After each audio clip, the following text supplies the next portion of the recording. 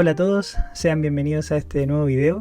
En esta oportunidad vamos a seguir viendo las empresas que reportaron el día 26, así que vamos a ver los números de NAEX, ILC y Schwager, así que démosle. Partamos este video con NAEX, que es esta empresa que se dedica a la fabricación de explosivos y tiene una presencia mundial bastante interesante, y más allá de eso también es una filial de Cigna Coppers, por lo tanto es un buen proxy para saber cómo le va a ir a la empresa matriz en este caso. Así que veamos un número. Notamos que en cuanto a los ingresos, estos están aumentando un 10%, el costo de venta te aumenta porcentualmente más, un 12%, y fíjense que el margen bruto no es tan alto, por lo tanto que te crezca ese 12% el costo de venta te afecta harto a la ganancia bruta. De hecho, ese 10% de ingreso extra solo se traduce en un 5% de ganancia bruta. Luego, en cuanto a la parte operativa, vemos que los costos de distribución están bajando un 3%, así que eso es muy positivo para la empresa, que te bajen los costos. Y por otro lado, los gastos de administración solo te suben un 3%, así que operativamente muy bien la empresa. También tenemos estos ítems que afectan relativamente poco, son $137.000 y el otro son 1 millón, así que no es tanto. Por lo tanto, operacionalmente la empresa yo creo que está haciendo un muy buen manejo de los costos. Seguimos bajando, llegamos a la ganancia por actividades operacionales que aumentan un 7%. Y nuevamente es lo que les digo. La ganancia bruta un 5%, pero la ganancia operativa aumenta un 7% gracias a este buen desempeño operativo. En la parte financiera notamos que los ingresos están aumentando un 13%, contrario a lo que vemos en las tendencias de otras empresas, así que súper bien por esa parte NAEX, quizá tienen más caja. Y también los costos financieros disminuyendo de un 14%. O sea, nada que decir, súper bien estos números. Ahora, si bien este ingreso y costo financiero no es un número tan grande, por ejemplo, en comparación a la ganancia operacional, todo suma para poder tener más utilidad. Si seguimos bajando, tenemos ciertas cosas contables que son menores, por lo tanto no las voy a mirar, y llegamos a una ganancia antes de impuesto que te aumenta un 9% con el trimestre comparable. Luego ocurre este pago de impuestos y aquí los números se distorsionan un poco porque tenemos un 28% pagado el año anterior y ahora solo se están anotando un 25% de impuestos. Esto lo menciono relativo a la ganancia antes de impuestos, obviamente. Así que en cuanto a la ganancia neta, esta está aumentando un 14%, pero muy influenciada por este tema de los impuestos.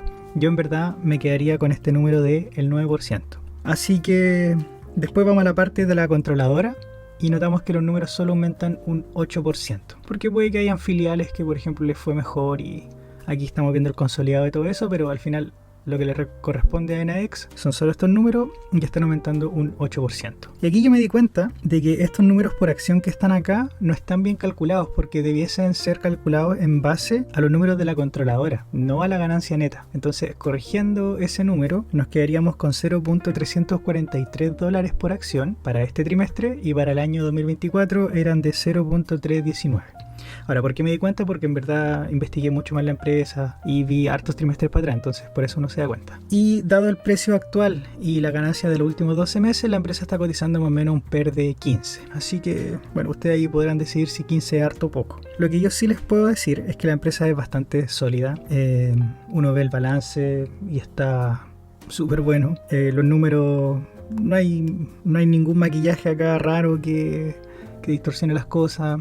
Tiene un crecimiento de un 10%, que en general las empresas de calidad y empresas que, no sé, requieran patrimonio, requieran operaciones físicas para poder trabajar, que te crezca un 10% año a año, yo creo que es bastante bueno, la verdad. Sobre todo considerando que tiene un buen manejo operacional y tiene un buen manejo financiero. Luego, si uno va a ver los flujos, ¿qué es lo primero que uno se da cuenta? De que el flujo operativo está bajando con un trimestre a otro y no es tampoco lo que baja. Entonces no se ve esa misma utilidad que veíamos en el estado de resultados. Entonces claro, uno puede decir que pueden sonar las alarmas de que quizás están maquillando contablemente ciertas cosas, pero en general este tipo de números hay que verlos con 12 meses, ya nunca hay que verlo con un puro trimestre porque puede que justo en ese trimestre haya un cambio en capital de trabajo que después se va a normalizar con el tiempo. Lo que también miré fue el tema del CAPEX, que está disminuyendo, pero nuevamente esto habría que verlo a 12 meses. Y al final del periodo quedamos con una posición de caja de $271 millones y aumenta tanto con el trimestre anterior como con el trimestre comparable. Así que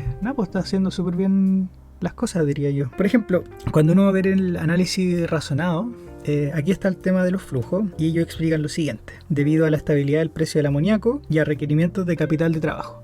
Ahora, yo no entiendo bien a qué se referirá con la estabilidad del precio del amoníaco, porque por lo que tenía entendido, Enaex fabricaba el amoníaco acá en Chile, en Mejillones, o cerca, no sé, por algún lado, porque lo hacen con gas natural y el gas llega a ese puerto. Así que no sé a qué se referirán exactamente con que el precio del amoníaco se estabilizó. Así que no hay mucho más detalle. Traté de buscar en Google, pero no entendí mucho. Y después también está el tema del requerimiento de capital de trabajo. Y esto igual tiene más sentido porque, por ejemplo, cuando uno va a ver los deudores comerciales o otras cuentas por cobrar, estos efectivamente están aumentando. Ahora, no aumentan tanto en comparación a lo que bajó el flujo, pero lo que sí aumentó harto fue el inventario corriente. Entonces puede ser simplemente de que hayan ocupado flujo de efectivo, operativo en este caso, y no lo pudieron vender simplemente y está ahí anotado como inventario. Y si uno va, por ejemplo, a ver para atrás, ¿qué es lo que uno se da cuenta en términos a los ingresos, la ganancia, etcétera? Bueno, todo esto está en dólares por si acaso. Tuvo una muy buena crecida en este periodo, del 2020 hasta el 2022. Después se mantuvo relativamente parejo, diría yo, y este trimestre tuvo una pequeña baja en los ingresos. No se ve este crecimiento de un 10% que veíamos trimestre a trimestre. De hecho, si uno compara, por ejemplo, aquí está el trimestre Q1 2024 con el que estamos comparando el Q1 2025, pero este trimestre en particular no fue tan interesante. De hecho, este trimestre venía efectivamente de una tendencia bajista en los ingresos. Así que puede ser que esta comparación de más 10% sea simplemente un artefacto de que este trimestre fue flojo simplemente. Así que habría que verlo cómo se desarrolla esto en el futuro. Si es que vamos a seguir viendo una tendencia a la baja o si es que esto va a repuntar en algún momento como lo hizo en el periodo del 2020 al 2022. Ellos mencionan en su estado razonado, creo, no me acuerdo si lo miré en internet, pero mencionaban que ellos esperaban una crecida más o menos de un 6-7% en el rubro de los explosivos. Así que bueno, ahí habría que ver. Y lo otro interesante es que la ganancia por acción, si es que uno la saca en pesos chilenos, utiliza un tipo de cambio adecuado para cada uno de estos trimestres, considerando el precio del dólar al cierre de estos trimestres. Y vemos que cuando uno lo ve por trimestre, que es las barras azules, vemos algo similar a lo que pasa con los ingresos. Como que tiene una subida muy rápida, después como que se queda pegado. Y si uno lo ve a 12 meses, es decir, uno toma los 12 trailing months o los últimos 12 meses, como quieran llamarlo, vemos algo similar, como que hubo una explosión de utilidad acá, después se mantuvo una pequeña tendencia a la baja y ahora está ahí como pegado. Así que insisto, habría que ir a ver cómo se desenvuelve esto en los próximos trimestres, pero el balance en verdad es súper interesante el de la empresa. Y si bien el price to earning es de 15, en general las empresas de calidad van a cotizar a un múltiplo mayor, así nomás. Si una empresa no es de buena calidad, el mercado no va a pagar mucho múltiplo por esa empresa, porque puede ser que sus ingresos, sus utilidades no sean tan proyectables a futuro. No sé, sobre todo empresas que están ligadas a los commodities, por ejemplo, es difícil proyectar a futuro. En cambio, con empresas que uno más o menos cacha cómo van los negocios, en general, y son más predecibles, los mercados tienden a pagar más múltiplo, una prima por ello. Si bien acá hay una bajada, tampoco una bajada que te llegue a la mitad de los ingresos y después suba de nuevo. Así que yo diría que una empresa bastante predecible. Ahí cada uno tendrá su propio análisis. Sigamos este video con el coloso que es ILC, que tiene muchas empresas dentro y lamentablemente la mayoría de ellas son bastante cuestionadas. Por ejemplo, tenemos el negocio de las ISAPRES, tenemos las AFPs, los factoring acá, también el tema de los seguros, etcétera, etcétera. Y es la naturaleza simplemente de este holding. Así que vamos a ver sus números para ver cómo les fue este trimestre. Entonces, en cuanto a la parte no aseguradora no bancaria, donde está Consalud, Red Salud, este factoring, el holding como tal y las AFPs, tenemos que los ingresos están aumentando un 18%, costo de venta aumenta solo un 13%, por lo tanto la ganancia bruta se dispara un 50%. Luego en la parte más operacional tenemos los gastos de administración creciendo un 13%, que si bien es bastante, es mucho más que la inflación, igual tuviste un muy buen trimestre en cuanto a la ganancia bruta, por lo tanto yo creo que es un tanto aceptable el tener un más 13% en gastos de administración. Luego hay ciertos números que son más chicos, así que no voy a mirar, pero sí voy a mirar la parte financiera. Entonces vemos que los ingresos financieros están disminuyendo un 29%, pero esto es la tónica de todas las empresas, así que a mí no me sorprende este número. Y después los costos financieros aumentando solo un 3%, entonces muy bien manejada la deuda por parte de ILC en su actividad no aseguradora y no bancaria. Pero lamentablemente llegamos al segmento contable, en donde tenemos la participación y ganancias de asociadas, que te disminuye un menos 34%. Entonces, ¿por qué ocurre esto? Recuerden que las AFPs tuvieron un resultado por encaje menor al trimestre comparable, y eso lo vimos tanto en el video de Habitat como en el video de AISA. Así que este número en verdad no es que sea un número malo, es simplemente que la base comparable fue muy buena. Recuerden que el trimestre 1 del 2024 fue excepcional en cuanto al encaje. Luego tenemos las diferencias de cambio, que lamentablemente el año anterior le pegaba muy positivo y ahora se está notando una pérdida. Así que al final todo esto te va pegando y llegamos a los resultados por unidad de reajuste, que te aumentan un 60%. Y este número es bastante alto, fíjense. Pasamos de 6.600 a 10.500. Habría que ir a ver la nota 30 para saber por qué se reajustó tanto este número. Quizá alguna deuda en UEF, qué sé yo, no sé. Así que este 50% extra de ganancia bruta que teníamos en un principio no se logró traducir a un aumento en la utilidad. Pasamos de 14.000 millones a 13.000 millones. Luego vamos a ver el otro segmento, aseguradora. ¿Qué hay acá adentro? Bueno, está Confuturo, Vida Cámara y Vivir Seguro, donde esta es la parte peruana de su compañía de seguros. Confuturo es principalmente rentas vitalicias y Vida Cámara son principalmente como seguros complementarios y ese tipo de cosas. Así que vemos que en cuanto a los ingresos netos por interés y reajuste, estos te están disminuyendo, pero este tiene el mismo perfil de ingreso que interés y reajuste, en el sentido de que tienen plata y la hacen rendir. Y ahora te rindió menos, y es súper normal considerando el contexto actual. Así que nada que hacer. Después tenemos en otro ingreso, está la prima retenida, y esto es principalmente lo que pagan los clientes, lo que cada usuario paga mes a mes, eso se anota acá. Y este te aumentó bastante, súper bien ahí, Confuturo principalmente, bueno, todas, pero súper bien la parte aseguradora. Así que el total de ingreso aumentó harto, de 146.000 millones a 421.000 millones. Esto es simplemente por primas que van pagando los usuarios. Entonces, ¿por qué si te fue tan bien en la parte de explotación de actividad aseguradora, después no lograste traducir esta utilidad? Y la respuesta está acá, en el tema del costo de siniestro. Y es simplemente cómo funcionan los seguros. Podéis tener trimestres muy buenos, en donde tus clientes, por ejemplo, les fue bien en sus vidas, no tuvieron ningún problema, y podéis tener trimestres en donde algún cliente tuvo algún problema y te fue a cobrar el seguro, y esto se anota acá. Y son súper poco predecibles estos tipos de empresas.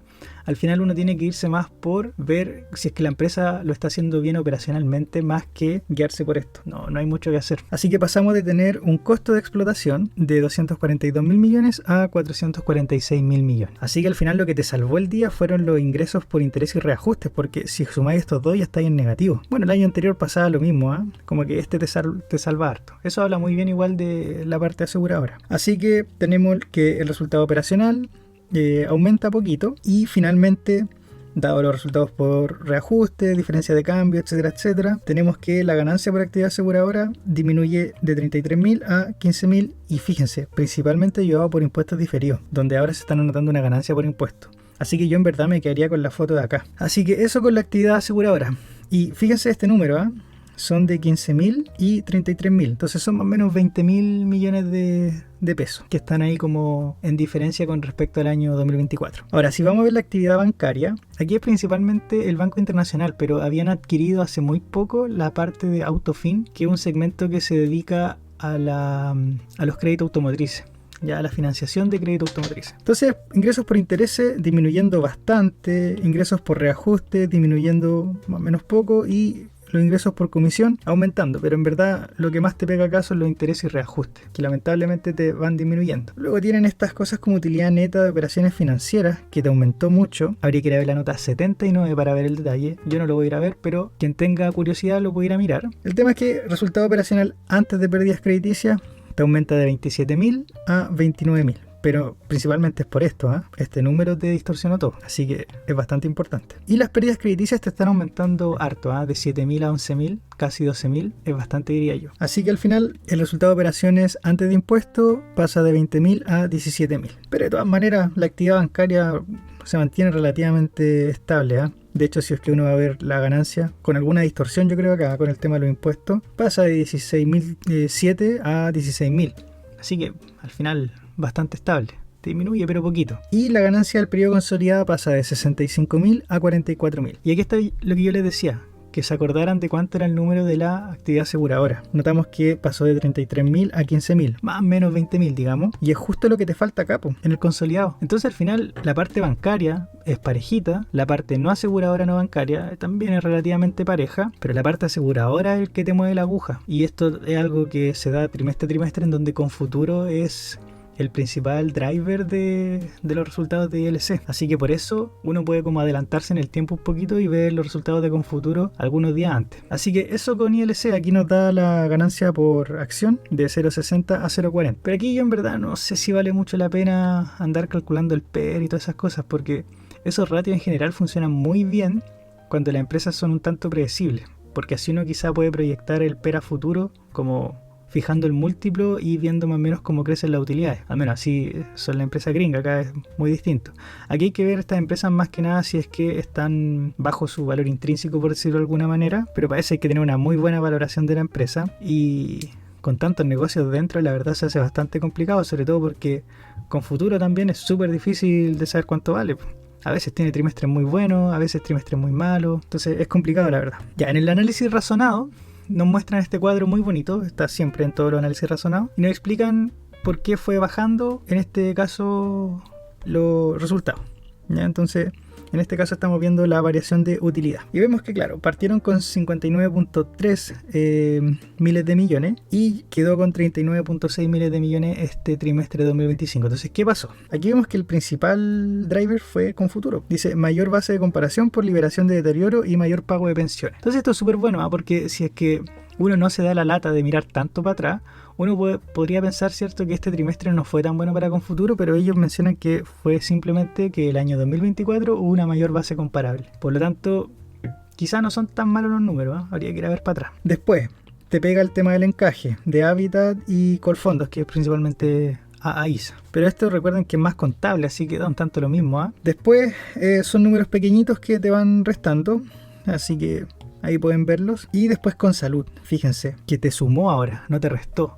Y esto es contrario a lo que habíamos visto al cierre del año 2024, en donde veíamos que con salud tenía un buen deterioro, independiente incluso de la ley corta de ISAPRE, porque ellos mencionaron que había una baja en la cantidad de personas en ISAPRE. En cambio ahora te está aumentando. Ahora esta explicación no me hace mucho sentido, porque dicen menores ingresos por menos base de comparación. Y ellos mencionan que los ingresos aumentaron. Quizá aquí quisieron decir mayores ingresos. Así que nada, pues todo esto mal, en teoría, con respecto al trimestre anterior, pero con salud sorprendiendo. De hecho, si es que uno va a ver el análisis razonado más en detalle, yo quedé bastante sorprendido porque dicen que el Consalud, ¿cierto?, tuvo mayor desempeño, y ellos mencionan una causa bien directa, que es el aumento de la tarifa media por incorporación de prima extraordinaria y efecto IPC. Si uno sigue leyendo, hay otro ítem que menciona lo siguiente: por mayores ingresos por incremento de la cotización pactada por aumento de la tarifa media. Pero fíjense, el aumento de la tarifa media, pues casi un 25%. Es mucho, pues, o sea, que te suban la prima, no sé, lo que sea que pague el usuario acá, la tarifa debe ser un 25%, es harto, pues caleta, según yo. Te pueden disminuir, de hecho, un 10%, uno de cada 10 afiliados se te puede ir de la ISAPRE, pero seguir ganando plata. De hecho, se te pueden ir 2 de 10, disminuir más o menos un 20% tu base de afiliados, pero si la tarifa te sube un 25%, sigue estando en positivo. Así que, y esto es una ley, entonces como que no hay mucho que hacer. Es un pricing power, pero ahí calado. Bueno, eso con salud. Lamentable, no sé si tienen la cantidad de afiliados. Estaría bueno ir a ver eso, para ver cómo se va desarrollando a futuro, para ver si es que sigue bajando la cantidad de afiliados, porque ellos efectivamente mencionan que hay menos afiliados, por algún lado lo dicen. Bueno, por ahí está compensado por una caída de los afiliados suscritos. Habría que ir a ver cómo sigue esa tendencia, porque bueno, si se te van todos los afiliados da lo mismo que el precio suba, pero si lográis mantener una buena base de afiliados y este precio va a seguir subiendo porque está anclado al IPC, yo creo que con salud igual te va a seguir reportando buenos resultados a futuro. Y finalmente está este análisis de la variación, que esto es una especie de EBITDA, y esto es súper clarificador a mi parecer. Fíjense la actividad aseguradora disminuyendo un 65%, es mucho, y eso es simplemente Confuturo, que según lo que ellos mencionan acá es simplemente porque el 2024 la base comparable era muy alta, así que habría que ir a ver los próximos trimestres para ver cómo se desenvuelve ese segmento, o también ir a mirar para atrás y ver cómo se desenvolvía antes. Y aquí está la sorpresa: actividad no aseguradora no bancaria sin pensiones, aumentando un 175%, y esto es principalmente con salud. Así que, nada, pues tení... Eso pasa con ILC básicamente. A veces con salud te puede dar buenos resultados, a veces malo, con futuro te sube, con futuro te baja. Es muy complicado la verdad. Así que eso con ILC. Para ir cerrando este video sigamos con Schwager, que la verdad me ha sorprendido para bien este último tiempo. Ha presentado unos muy buenos resultados, así que veamos si es que este trimestre puede seguir con esa tendencia. Entonces vemos que en cuanto a los ingresos estos están cayendo un 2%, pero el costo de venta también cae. Y de hecho un 4%, entonces eso hace que la ganancia bruta aumente un 8%.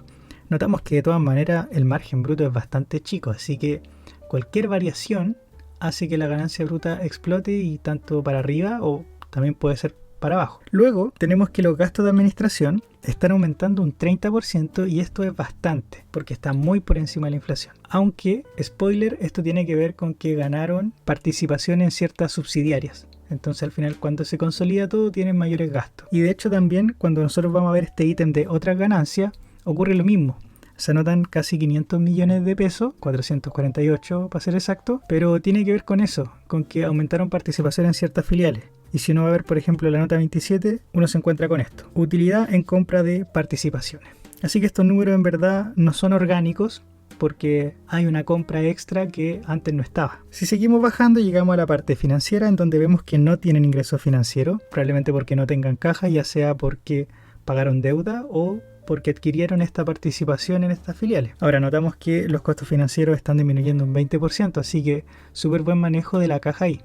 De todas maneras este número tampoco es tan grande, pero al final todo ayuda. Así que llegamos casi al final del periodo en donde la ganancia antes de impuestos aumenta más o menos en un 13% más o menos. De hecho, después del respectivo pago de impuestos, tenemos efectivamente una ganancia de más 13% comparado con el año anterior.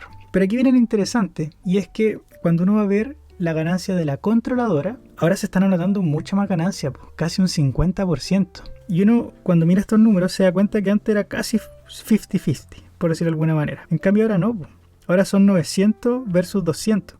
En comparación a los 600 y 500. Así que probablemente hay que indagar más sobre esto porque es interesante, ya que a nosotros efectivamente nos corresponde este pedazo, el de la controladora. Porque lo de arriba es el consolidado de muchas cosas que Schwager puede que no sea el 100% dueño. Así que súper bien ahí. Y de hecho esta ganancia básica representa lo mismo, este 49%. Lo verifiqué y está bien calculado. Ahora, cuando uno va a ver el análisis razonado, ellos te lo separan por segmento y tienen efectivamente el segmento de minería, que es el más grande, representa la mayoría de los ingresos. Y también tiene otros negocios chiquititos que es el tema de lácteo y energía, en donde aquí entra una filial que adquirieron participación a un 98% más o menos. También está este tema de energía, que creo que hacen biogás. Y Flisa, que ahí me pierdo completamente, pero un número bastante chico. El tema es que la minería va a ser el principal driver de los números. Ya, si se fijan, entran 19.000 millones de pesos y al negocio consolidado le entran 21.000 millones, así que al final todo está acá. Pero es interesante que, por ejemplo, esta línea de negocios te aumente casi un triple los ingresos, aunque esto lamentablemente te disminuye. Así que eso con Schwager en cuanto a los ingresos. Quería echarle una mirita a los flujos para ver si es que efectivamente se nota esa mayor utilidad. Y efectivamente, fíjense cómo está aumentando el flujo por la operación, pasando de 1.500 millones a los 3.400 millones. Súper bien ahí, Schwager. Después vamos a ver el tema de la inversión y nos damos cuenta de que la operación cubre completamente la inversión, independientemente de lo que hay acá. Entonces, por ejemplo, está la compra de compra de propiedades, planta y equipo, y sí, está aumentando harto, pero también te está aumentando harto el flujo operativo, así que parece que está haciendo rendir ese dinero. Y después cuando vamos a ver la parte de financiación, nos damos cuenta de que pago de préstamos bancarios se están anotando una cuantía bastante grande. Y si vemos cuánto está entrando por préstamo, está entrando solo la mitad. Así que efectivamente está pagando más deuda de la que está pidiendo. Así que súper buen manejo ahí por parte de Schwager.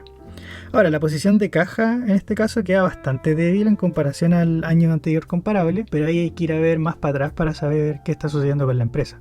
Yo ahí la verdad me pierdo mucho porque no sigo mucho a Schwager, así que me perdonen ahí la audiencia. Si seguimos avanzando, está el tema de los destacados del periodo, una especie de resumen ejecutivo. Es interesante leerlo para el que quiera, pero por ejemplo, aquí me parece interesante el tema de que hablan sobre que la razón de endeudamiento se elevó a 1.32 veces, en comparación al 1.12 que había el año anterior, coherente con el financiamiento de adquisiciones estratégicas. como la toma de control de lácteos y energías a un 98.46% y 3 Chile S.p.A. en un 100%. Así que eso es lo que yo les mencionaba, tiene un crecimiento inorgánico y ahora está consolidando cosas dentro del negocio que el 2024 no tenía, por lo tanto los números anteriores no son 100% comparables los unos con los otros, así que hay que tener ojo con eso. También es interesante este gráfico que me gusta mucho, que se ve casi como un crecimiento exponencial de los ingresos, pero lamentablemente acá tuvimos una pequeña bajada. El segmento minero anduvo para atrás. Recuerden que los ingresos disminuyeron más o menos un 3%, así que triste, pero habría que ir a ver los próximos trimestres. Si es que, bueno, estos son solo los primeros trimestres, así que habría que esperar el próximo año para ver cómo le va el primer trimestre, pero de todas maneras sería bueno ver cómo se comporta esto trimestre a trimestre, porque los ingresos han aumentado bastante el último tiempo, han crecido un montón, así que bastante interesante esta empresa. Después habla sobre el backlog, principalmente en temas mineros, que están en el negocio ahí como de construcción de cosas para la minería, infraestructura. Entonces, fíjense que el backlog son 194 millones de dólares y representan 28 meses de ingresos para la compañía.